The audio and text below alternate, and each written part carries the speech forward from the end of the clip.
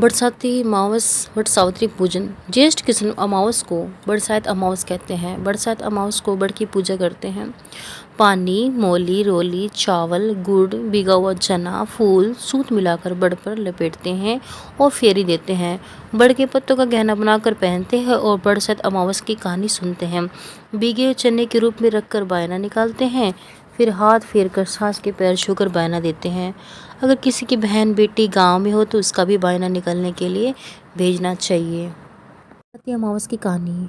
भद्र देश में अश्वपति नाम का राजा था जिसकी संतान नहीं थी।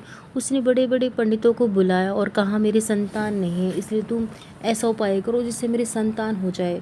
पंडित बोले, भाई संतान तो तुम्हारे एक पुत्री लिखी है जो 12 वर्ष की आयु में विधवा हो जाएगी। राजा ने कहा, क्या मेरा नाम नहीं रहेगा? बाद में खूब यज्ञ हवन इत्यादि कराए। पंडितों ने कहा, इस लड़की से पार्वती की और बरसात अमावस की पूजन कराना। यज्ञ कराने से उसकी स्त्री गर्भवती हो गई तो पंडितों ने उसकी जन्म पत्र देकर कहा कि जिस दिन यह कन्या 12 वर्ष की हो गई उस दिन उसका विधवा हो जाने का योग्य है, इसलिए इससे पार्वती जी का बरसात अमावस का पूजन कराना। तब सावित्री बड़ी हुई और उसका विवाह सत्यवान के साथ कर दिया। सावित्री के सास ससुर अंधे थे, उनकी वह बहुत सेवा करती थी और सत्यवान जंगल से लकड़ी तोड़कर लाया करता था। और सावित्री को मालूम था कि वह जिस दिन 12 वर्ष की होगी उस दिन मेरे पति की मृत्यु हो जाएगी। जिस दिन वह 12 वर्ष की हुई उस दिन मैं अपने पति के साथ हाथ जोड़कर बोली, आज मैं भी आपके साथ चलूंगी। सत्यवान बोला, तू मेरे साथ चलेगी तो मेरे अंधे माँ बाप की कौन सेवा करेगा? अगर वह कहेंगे तो तुझे ले चलूँगा।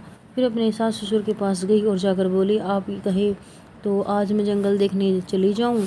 वे बोली, बहुत अच्छी बात है, चली जा। जंगल में जाकर सावित्री तो लकड़ी तोड़ने लगी और सत्यवान पेड़ की छाया में सो गया। उस पेड़ में सांप रहा करता था। उसने सत्यवान को डस लिया। मैं अपने पति को गोदी में लेकर रोने लगी। महादेव और पार्वती जी वहाँ होकर जा रहे थे। उसने उनके पैर पकड़ लिए और बोली, मेरे पति को जिंदा कर दो। वे बोले कि आज बरसात अमावस की उसकी तू पूजा करेगी तो तेरा पति जिंदा हो जाएगा। फिर वह खूब प्रेम से बड़ की पूजा करने लगी। बड़ के पत्तों गहना बनाकर पहना तो हीरे मोती के हो गए। इतने में धर्मराज का दूत आ गया, उसके पति को ले जाने लगा।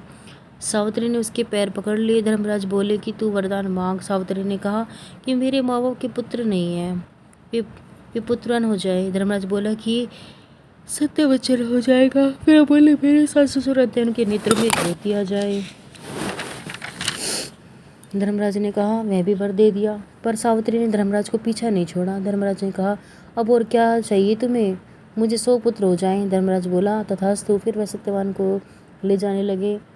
तब सावित्री बोली कि हे महाराज, आप मेरे पति को ले जाएंगे तो पुत्र कहाँ से होंगे? धर्मराज ने कहा, हे सती, तेरा सुहाग तो नहीं था, परंतु बरसात अमावस करने से और पार्वती की पूजा करने से तेरा पति जीवित हो जाएगा। सारे गांव में ढिंढोरा पिटवा दिया। कहते सुनते जेठ की अमावस आएगी जब बड़ की पूजा करना और बड़ के पुत्रों को गहना बनाकर पहनना, बायना निकालना। हे महाराज, जैसे बरसात अमावस की सावित्री को सुहाग दे उसी प्रकार सबको दियो। जो भी इस कहानी को कहता सुनता है उसकी सब मनोकामना पूर्ण होती है। बरसात अमावस और वट सावित्री व्रत और वर अमावस्या भी कहते हैं। बोलो बरसाती अमावस की जय। तो गाइज, ये बरसाती अमावस है और इसको करने से सुहाग, संतान, जो भी आपकी मन की इच्छा सब पूर्ण होती है।